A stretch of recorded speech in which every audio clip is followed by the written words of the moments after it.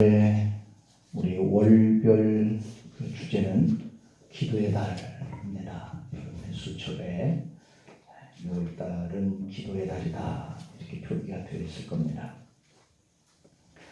6월달 우리 교회 생활 표어가 기도의 달이니까 6월달에는 좀 더 기도를 많이 할 수 있기를 축복합니다. 기도를 많이 한다는 것은 그만큼 또한 응답을 받는 통로가 되는 것을 믿기를 바랍니다. 여러분의 응답을 받기를 원하는 마음이 간절할수록 하나님 앞에 나와서 기도할 수 있기를 소망합니다. 아멘. 이렇게 안내를 못할까요? 기도 정말 힘든 일이죠. 기도할 시간 내는 것도 힘들고 꼭 새벽에만 못 일어나는 잠 깨치고 일어나는 게 아니고 언제든지 저녁 시간에도 좋고 낮 시간에도 좋고 하자는 겁니다. 기도. 왜냐하면 우리가 응답받는 게 이 기도의 비밀이라는 거예요. 예수님은 3년 동안 사랑하는 제자들을 데리고 다니면서 많은 것을 보여주셨습니다. 참 많은 걸 보여주셨죠. 이적과 기적과 표적과 이런 일들을 참 많이 보여주셨는데 이때 그 제자들이 예수님이 제자들에게 특별히 강조한 것, 그 가르친 것이 기도에 대한 것을 특별히 강조를 했어요. 그러면서 너희가 깨어있지 못하느냐 그러면서 그 제자들 3명 데리고 겟세마네 동산에 올라가서 마지막 자신에게 다가오는 그 십자가의 죽음을 놓고 함께 기도하기를 원했던 것처럼 그리고 십자가에 달리셨던 7마디의 그 하나님 앞에 우리가 십자가 위에서 부르짖는 그 7마디라고 하는 말씀으로 우리가 가끔씩 설교를 듣는데 그러한 외침도 주님이 이 땅에서 마지막 떠나실 때도 이 기도라고 하는 것을 하셨단 말이에요. 예수님은 왜 그토록 제자들에게 이 기도를 강조하셨을까? 라고 하는 이 의문문을 우리가 가질 필요가 있어요. 도대체 이 기도가 뭘까? 이 속에 담겨있는 비밀이 뭘까? 우리가 그걸 믿음 생활하면서 파헤쳐 볼 필요가 있어요. 그래서 그런지 제자들도 예수님 우리에게 설교해 주세요. 예수님 우리가 어떻게 설교해야 할지를 가르쳐 주세요. 이런 걸 절대 물어보지 않았어요. 다만 병 고칠 능력을 우리에게 주세요. 이것도 가르치지 않았죠. 오직 우리가 어떻게 기도해야 하죠? 하고 기도를 가르쳐달라는 요청만 한 걸 볼 수 있어요. 제자들이 예수님께 가르쳐달라고 부탁한 것이 바로 기도를 어떻게 해야 돼요? 라고 하는 것을 물었다는 것. 이외에 제자들이 이렇게 주님 앞에 묻는 그러한 대목은 별로 없어요. 여러분 밥 다른 사람이 먹여줄 수 있어요? 없어요? 밥 있죠?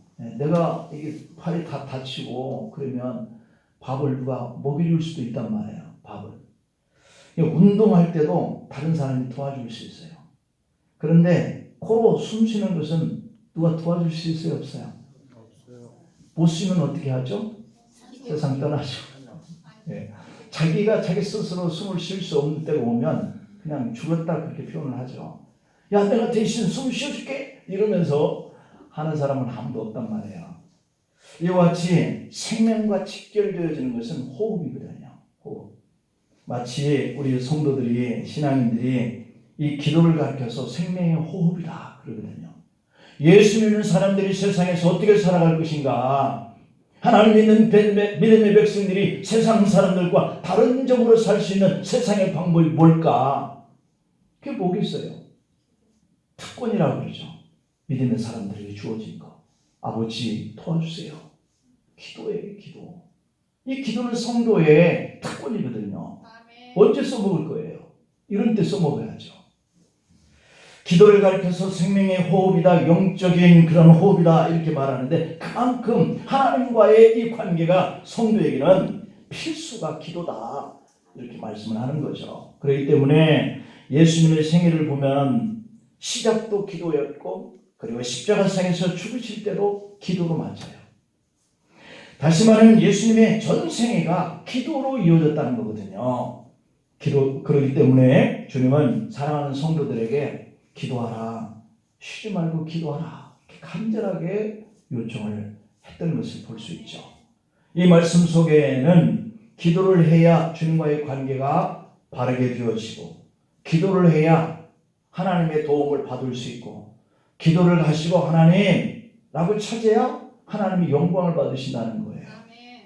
왜냐하면 이 땅에서 우리가 살면서 답답하고 우겨싸임을 받는 그런 일을 만날 때 사람을 찾아가고 은행을 찾아가고 뭐 할 수 있겠죠. 그런데 그 일을 하나님이 기뻐하시지 않아요. 하나님 어떡하죠? 돈 떨어졌는데요. 하나님 사업이 막혔는데요. 하나님 직장을 잃어버렸는데요. 어떡하죠? 그럴 때에 주님 앞에 나오는 이 일을 주님이 너무 기뻐하신다는 거예요. 왜냐하면 그것을 해결할 분을 하나님이라고 생각하기 때문에. 우리가 드려지는 이 예배의 찬양의 그 중심에 기도가 없다면 그 예배는 죽은 것과 같거든요. 기도 없는 찬양 그냥 노래예요. 노래. 기도 없이 설교하는 것은 그냥 강연이에요. 강연. 이처럼 기도라고 하는 것은 하나님께서 우리에게 주시고자 하신 신비한 비밀의 약속이라는 거예요. 그리고 그 기도는 우리 신앙인들, 그리스도인들의 신앙 고백인 줄 믿습니다. 오늘 이 본문 속에서 선생님 하던 이 아이 아버지가 신앙 고백을 하잖아요. 그때 주님이 역사를 하시잖아요. 이게 기도의 비밀이거든요. 내가 믿는 하나님께 나아가서 하나님 나에게 주실 것을 주세요 라고 기도하는 것, 이것은 그 문제를 풀 수 있는 비밀이라는 거죠. 하나님은 우리가 큰 문제를 가지고 기도하면 네가 하나님을 전능자로 믿구나 라고 기뻐하신다는 거예요. 뭘 그렇게 하나님 앞에 다우다우하고 주세요 하고 그러냐 이렇게 얘기하지만 천만에요. 해야 돼요. 왜냐하면 그분이 기뻐하시니까. 그분이. 그래서 하나님은 불가능한 일이 없이 구하는 자 앞에서 큰 일 그리고 기적 이런 것들을 나타내셨단 말이죠. 오늘 본문에 보면 예수님이 변화산으로 제자들과 함께 기도하러 가셨습니다. 그런데 예수님은 베드로와 그리고 요한과 야고보만을 데리고 산에 가셨고 그 나머지는 다 산 밑에 있게 했어요. 그 기도하는 사람과 기도하지 않는 사람을 구분해 주는 것을 보여주고 있거든요. 산 밑에 제자 9명은 말 못하는 이 귀신들 아이를 데리고 온 그 아버지가 낫게 해달라고 도움을 요청하는데 변론만 했다라고 기록되어 있어요. 기도가 없으니까. 그들은 그 아이를 어떻게 해야 낫지? 라고 하면서 서로 변론하고 있었다는 거죠. 병자를 놓고 기도해야 하는데 변론만 하고 있었다라고 이렇게 성경은 표현해요. 바로 그때 예수님이 산에서 내려오십니다. 너무 반가웠죠. 깜짝 놀란 제자들. 오늘 16절에 보면 예수님에게 제자들이 물었어요. 그때 너희가 무엇을 그들과 변론하느냐? 17절 18절에 보니까 무리 중에 하나가 대답하되 선생님 말 못하게 귀신 들린 내 아들을 선생님께 데려왔나이다. 귀신이 어디서든지 그를 잡으면 거꾸러져 거품을 흘리면서 이를 갈고 파리해져 갑니다. 내가 선생님의 제자들에게 내쫓아 달라 하였으나 그들이 능히 하지 못하더이다 라고 이렇게 얘기합니다. 19절을 보면 이때 예수님이 이르시되 믿음이 없는 세대여 내가 얼마나 너희와 함께 있으며 얼마나 너희에게 참으리요 그를 내게 데려오라 그러거든요. 그러니까 이것을 역설적으로 표현을 하면 우리도 기도하면 이런 귀신들이 나간다는 거죠. 얼마나 너에게 참으리오라고 하는 것은 너희들도 얼마든지 할 수 있는데 이런 뜻이거든요.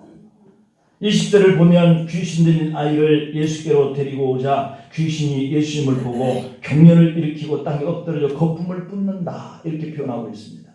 그리고 21절에 보면 이것을 본 예수께서 그 아버지에게 물으시되 언제부터 이렇게 되었느냐? 하시니 어릴 때부터입니다 라고 말을 합니다.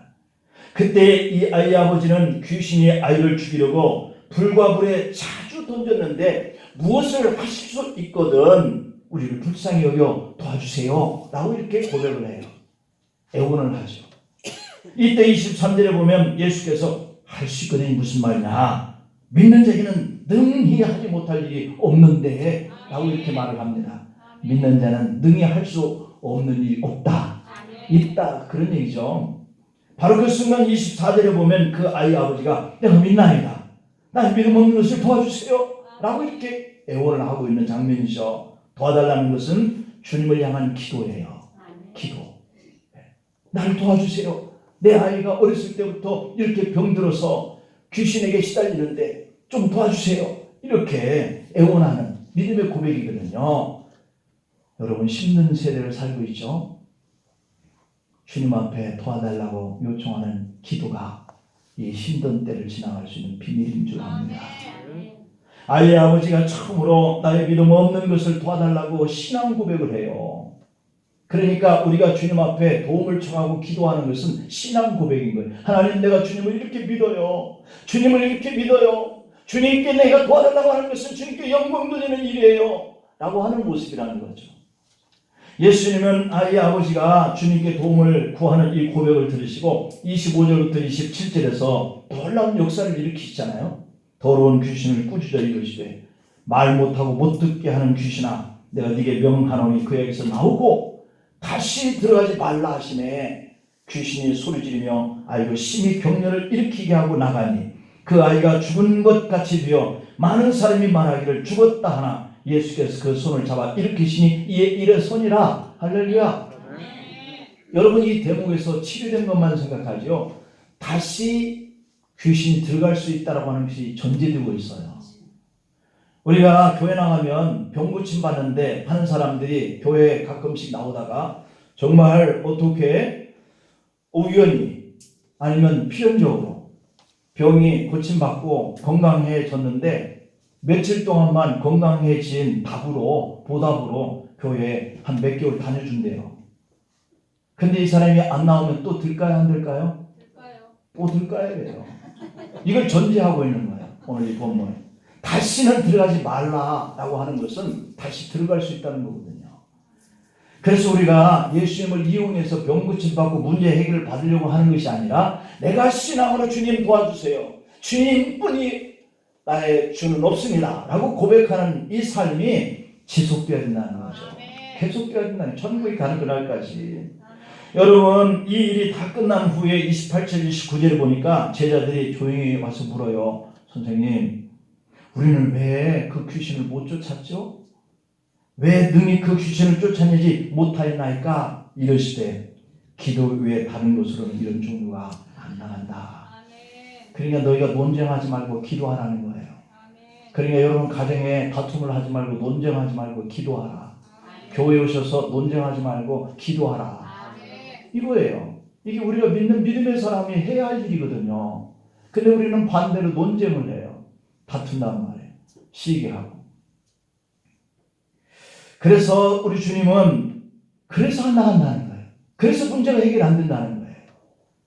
말 못하게 하고 들을 수 없도록 했던 이 더러운 귀신의 일도 기도하면 나간다 라고 하는 것을 우리에게 보여줬거든요.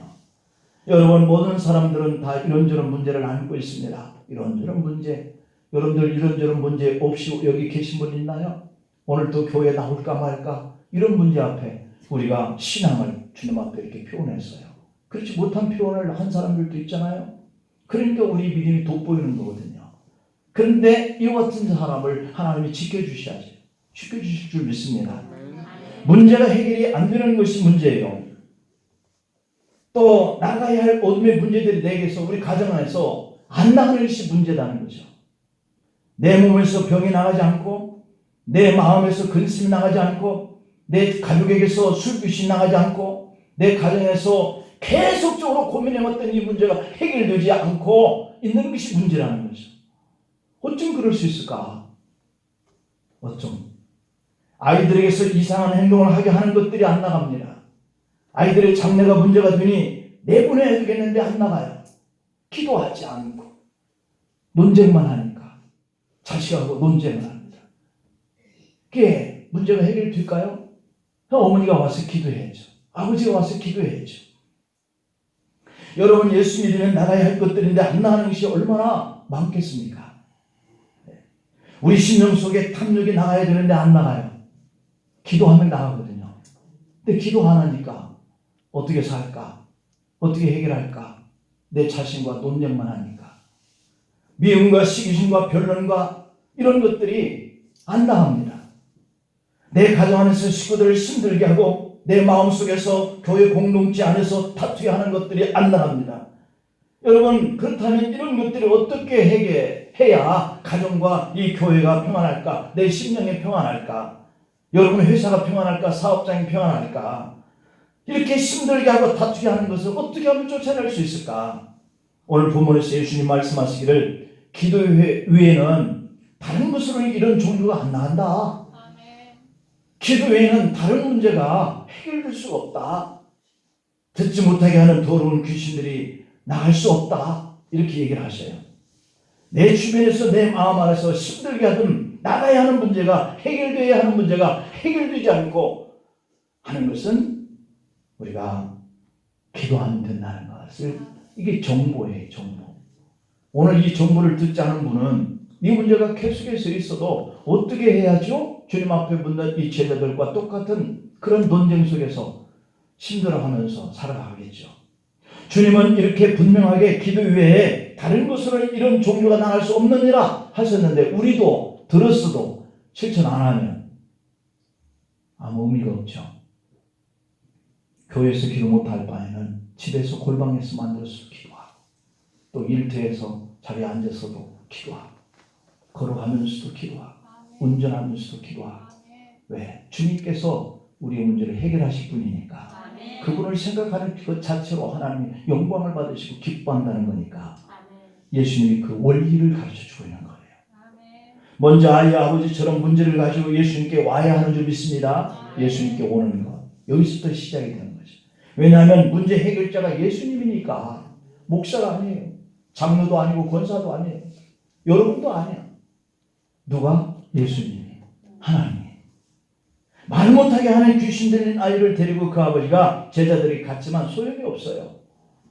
그러나 예수님께로 문제가 옮겨지니까 해결이 돼요. 우리 문제도 예수님께 옮겨지면 해결될 줄 믿습니다. 그 통로 방법이 기도라는 거죠.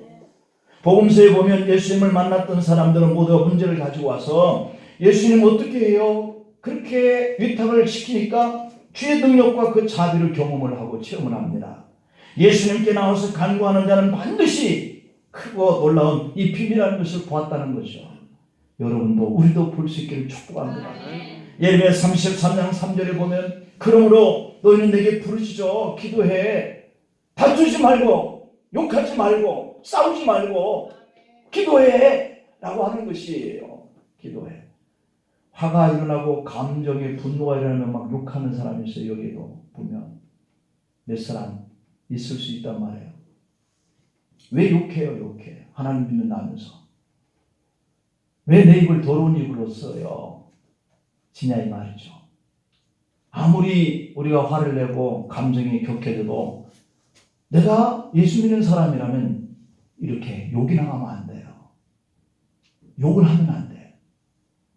이게 왜 그래요? 기도하지 않아서, 기도할 줄 몰라서, 하나님께 매달리는 이 일이 습관이 안 돼서 이게 크고 놀라운 비밀이라는 거예요. 이 크고 놀라운 비밀을 네게 보이리라. 뭐하면? 네가 나에게 와서 부르짖으면 내가 네게 응답하는데 내가 너에게 이 크고 놀라운 비밀을 보여줄게. 이게 예레미야 33장 3절 말씀이잖아요. 마태복음 7장 11절에 보면 예수님이 너희가 악한 자라도 좋은 것으로 자식에게 줄 줄 알거든 하물며 하늘에 계신 너희 아버지께 구하는 자에게 좋은 것으로 안 주겠냐, 이런 얘기잖아요. 주시겠다. 요한복음 16장 24절에 보니까 주님은 지금까지는 너희가 내 이름으로 아무것도 구하지 아니했지만 구하라. 그리하면 받으니 너희 기쁨이 어떻게 된다? 충만하리라. 할렐루야.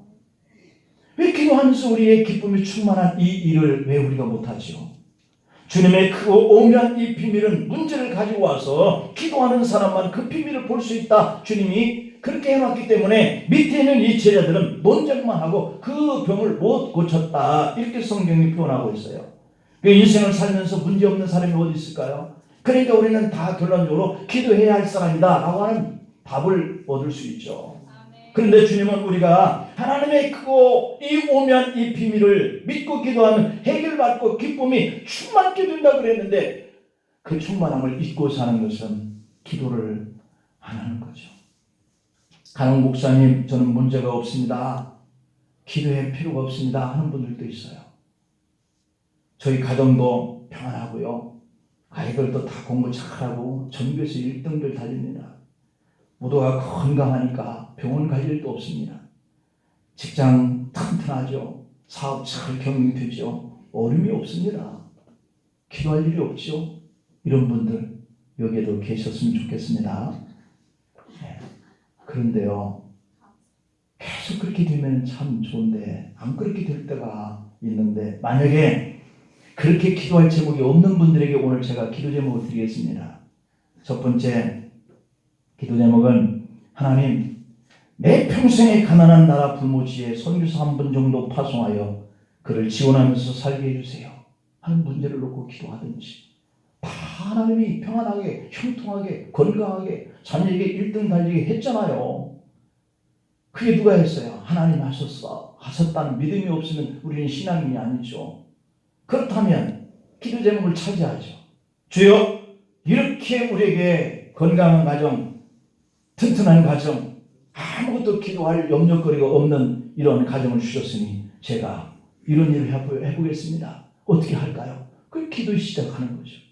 두 번째, 우리나라 노천 교회 하나 선정하여서 평생 선교배를 들을 수 있게 하옵소서 하는 문제를 놓고 기도하든지, 세 번째, 우리 교회 튼튼하게 세우는 일에 새벽부터 좀 기도하고 전도도 하고 좀 헌신하면서 봉사 좀 할 수 있는 힘 좀 주세요라고 기도하기를 부탁드립니다. 어떻게 기도 제목이 없다고 그럴 수 있을까?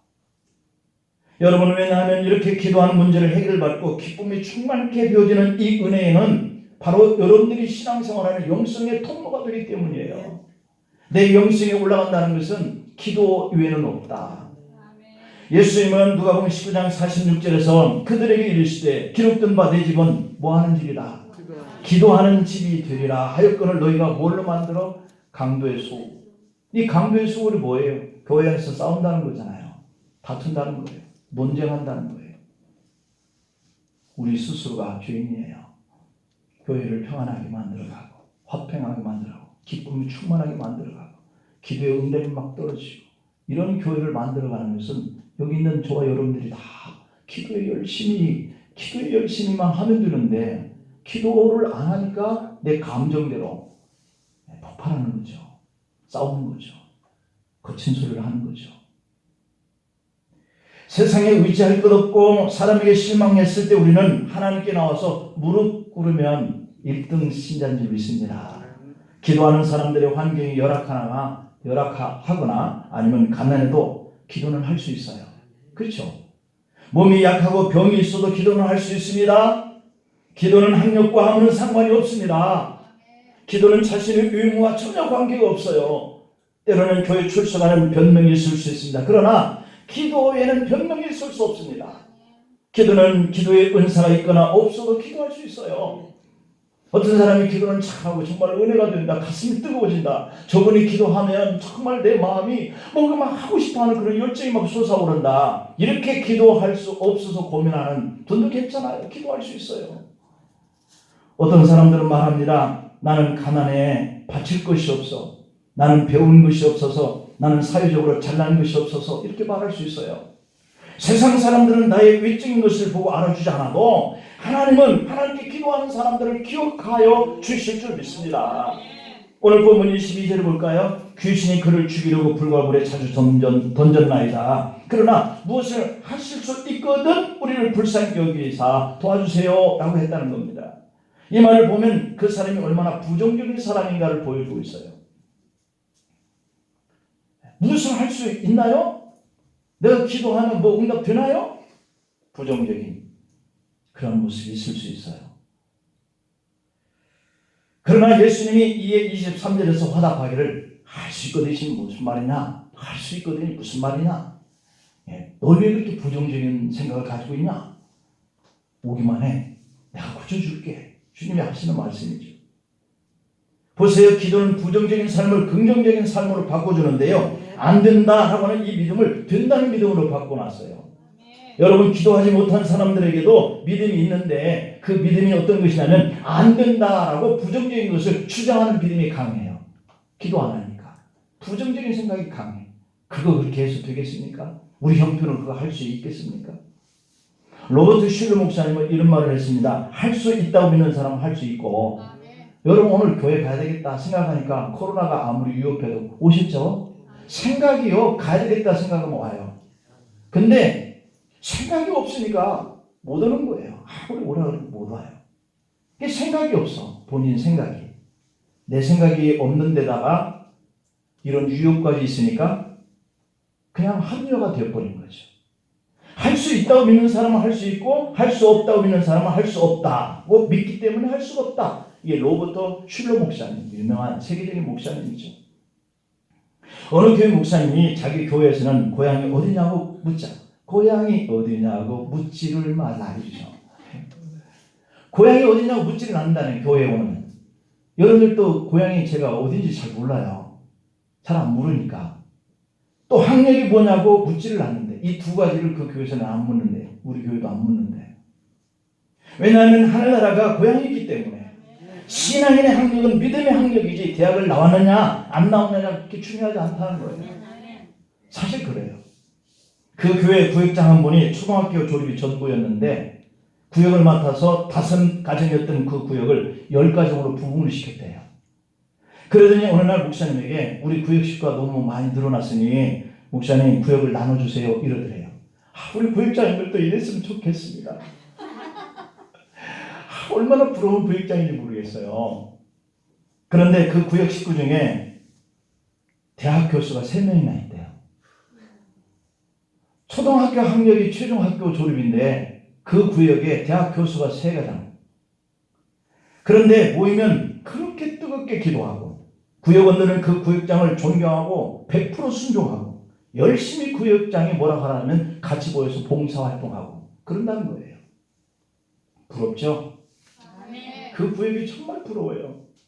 여러분들이 그렇게 하시는 분들인 줄 믿고 저도 부럽습니다.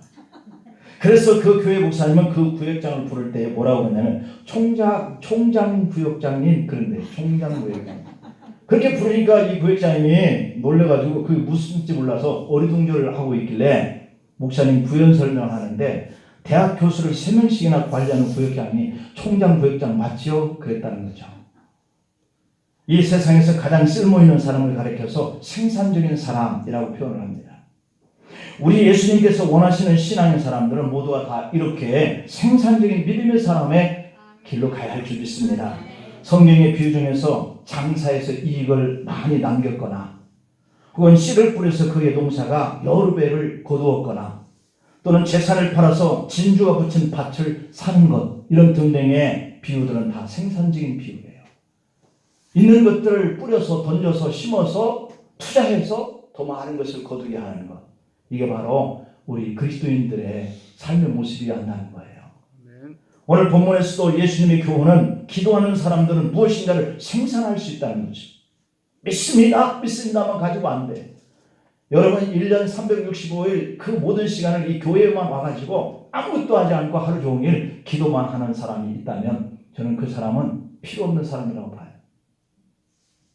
자기가 기도한 만큼 기도한 대로 활동을 해야죠. 살아야죠.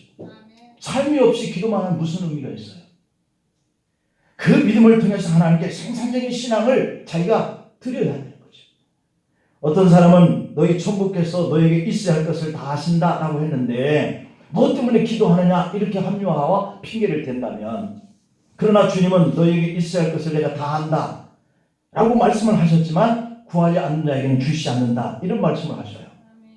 스바냐 1장 6절에 보면 여호와를 배반하고 따르지 아니한 자들과 여호와를 찾지도 아니하며 구하지도 아니한 자들을 멸절하리라 이랬어요. 이게 무슨 뜻이겠어요? 하나님은 하나님을 믿으면서도 하나님을 멀리하고 어려운 일을 당했는데도 하나님께 구하지 않는 것은 하나님을 멸시하는 것이다 이렇게 생각을 하시는 거예요. 그러니 기도해야 되겠어 안 해야 되겠어? 내 힘으로 다 할 수 있다 생각하는 사람만큼 하나님을 무시하고 멸시하는 사람은 없어요. 여러분 우리는 하나님을 믿는 성도이기 때문에 여러 가지 일을 하시고 문제를 만날 때마다 하나님 앞에 나와서 구하는 신앙 이게 필요하다는 거죠. 100번의 탄식보다 한 번의 감사가 낫고 1000번의 한숨보다 한 번의 기도가 나으며 10,000번의 원망보다 한 번의 찬송이 낫다 하는 말이 있어요. 멋있죠? 한 번 더 얘기해 드릴게요. 100번의 탄식보다 한 번의 감사가 낫고 천번의 한숨보다 한 번의 기도가 낫고 만번의 원망보다 한 번의 찬송이 낫다. 저도 이거 어디서 땄거든요. 너무 좋은 말이에요. 그러므로 우리는 안 된다고 하지 말고 할 수 있다라고 하는 이런 믿음 위에 서야 한다는 거죠. 생각이 믿음에 있으면 그것이 습관화되고요. 그 습관이 생산적인 일을 만들어내요. 예수님이 아버지의 신앙을 이렇게 고백을 들어보시고 응답하시잖아요. 우리도 주여 믿나이다. 나의 믿음 없는 것을 도와주세요. 라고 이렇게 기도를 하면 이것을 하나님이 기뻐하신다는 거예요. 오늘 본문 29절을 한번 볼까요? 이르시되 기도 외에 다른 것으로는 이런 종류가 나을 수 없느니라. 지식이 없는 사람은 지식의 풍성함을 구하고 지혜가 부족한 사람은 지혜 얻기를 기도하고 물질적으로 가난한 사람은 물질적 축복을 위해서 기도해야 돼요. 우리가 이 외에도 각양 재능과 은사가 필요하면 그 필요한 것을 놓고 기도해야 돼요. 저렇게 기도를 잘할 수 있을까? 주님, 저는 기도를 못하는데 저도 기도를 잘할 수 있게 해주세요. 기도해야 되는 거죠. 또는 질병, 근심, 고통, 불행, 나쁜 생각, 못된 습관 등을 고치고 회복되고 변화하기 위해서도 우리가 기도해야 돼요. 너 기도 평생 했는데 그거밖에 안 되냐? 평생이라도 기도했기 때문에 이 정도다 라고 말할 수 있다는 거예요. 할 말 없잖아요. 내가 만약에 평생 동안 기도 생활을 해보지 않았다면 이것보다도 못할 터인데 라고 할 수도 있기 때문이죠. 사실 우리와 우리 가정에 들어와야 할 것보다는 내보내야 할 것들이 많잖아요. 더러운 것들, 죄악들. 그래서 29절에 보니까 기도 외에는 이런 것들이 나갈 수 없다 이렇게 얘기를 하시니까 기도해야 되겠구나. 부자 되는 것은 기도 안 해도 될 수 있습니다. 오늘날 세상에 믿지 않는 사람들 부자들 얼마나 많아요. 그들이 기도 안 해도 부자 됐습니다. 직장에서 진급은요, 기도 안 해도 순차적으로 때가 되면 다 올라가더라고요. 그런데 기도 안 하면 안 되는 것이 있어요. 우리 속에 있는 나쁜 것을 내보내는 일. 이것은 기도하지 않으면 평생 또 한 일을 들고 있습니다. 우리 심령 속에 도사리고 있는 이 죄악의 속성들, 우리가 받았던 이 상처들, 기도에는 안 된다. 판사했던 사람이 이번에 국회의원이 된 의원이 있어요. 그분은 판사하면서 정치적인 문제 때문에 자기 마음속에 이게 공황 증세가 생겼대요. 그래서 잘 극복을 하고 할 수 있겠다 생각을 해서 이번에 국회의원으로 나왔는데 당선이 됐는데요. 당선된 이후에 그 공황 증세가 다시 또 재발을 했대요. 그래서 당분간 병치료에만 하고 국회의원직을 이렇게 감당하기가 힘들겠다라고 이렇게 말을 했다는 것이 뉴스에 떴어요. 여러분, 우리 속에 있는 이 상처들이요, 내가 아무것도 할 수 없게 만들어요. 근데 그 사람한테 하고 싶은 말이 있어요. 하나님께 나와서 기도해보죠. 그분은 병원에서도 안 되니까 기도해보죠. 여러분, 주님은 놀라운 은혜가 우리 안에 어떻게 들어올 수 있을까? 통계에 의하면 여중생의 3분의 1이 담배를 피운대요. 중학생 3분의 1이. 나쁨의 영들이 그들에게 달라붙어 있는 거예요. 오늘날 대학 문화가 나쁜 영이 주도하는 술 문화가 있어요. 대학생들이 술을 먹고 휘청거리고 강제로 먹이다가 성폭행도 하고 죽게도 만들어요. 20대 청년들이 광란의 문화에 빠져서 경련을 일으켜요. 부모들이 이런 자녀들을 데리고 예수님께 와야 할 줄 믿습니다. 어려서부터 주님 앞에 데려오지 못하면 이렇게 된다는 거죠. 예수님만이 이 더러운 귀신을 나가게 하니까 우리가 기도하면서 내가 받았던 상처, 고통의 문제, 고칠 수 없는 질병들, 이런 것들을 놓고 주님께 기도해야죠. 25절에 보니까 예수께서 우리가 달려와 모이는 것을 보시고 더러운 귀신을 꾸짖으셔서 이르시되 말 못하고 못 듣게 하는 귀신아, 내가 네게 명하노니 그 아이에게서 나오고 다시는 들어가지 말라 명령했다는 거예요. 아이는 말을 못하고 듣지 못하는 증세를 가진 아이였습니다. 이것은 신앙적으로 표현을 하면 말 못하게 하는 것은 기도 못하게 하는 것 똑같은 거예요. 듣지 못하는 것은요, 하나님의 말씀을 들어도 한 귀로 듣고 한 귀로 흘러. 내 속에 있는 것 쫓아내야 할 것들이 있는데 그대로 해. 그대로. 안 하니까, 기도를 안 하니까 그걸 그냥 그대로 평생 같이 가는 거죠. 하나님 말씀을 듣지 못하게 하니까 들을 수가 없어요. 하나님의 음성을 못 듣게 하니까 영적으로 문제가 돼. 교회마다 지금은 기도할 때입니다. 기도를 쉬었던 죄를 회개할 때라 그러잖아요. 하나님의 능력을 힘입고 기도의 비밀을 알아야 신앙생활이 힘이 있고 기쁨이 있고 그래요. 여러분, 우리가 다 함께 힘을 모아서 기도의 능력을 받고 우리 안에 더럽고 추한 것들이 다 나가게 하십시다. 여러분의 직장과 사업장에 문제를 가지고 예수님께 찾아 나와서 문제를 해결받기를 축복합니다. 여러분 자녀들이 생활을 괴롭게 하는 문제들, 가정 안에 자주자주 논쟁하면서 다툼을 주는 어둠의 영들이 나가는 기적을 경험하시기를 축복합니다.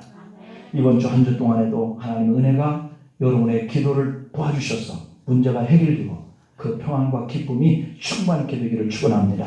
한번 같이 기도하십시다. 하나님, 우리의 마음이 더러운 것들이 다 나가고 우리 가정이 문제를 일으켰던 문제거리가 다 떠나가고 우리 교회 안에 하나님께 기도해야 할 일들이 기도하지 못함으로 인해서 계속 논쟁이 되어지고 있는 이러한 부분들이 하나님 다 제거되고 우리가 기쁨으로 충만케 되어지고 세워지고 문제가 해결되고 병이 고쳐지는 이런 역사가 일어나게 해달라고 우리 주여 한번 부르고 기도합니다. 주여.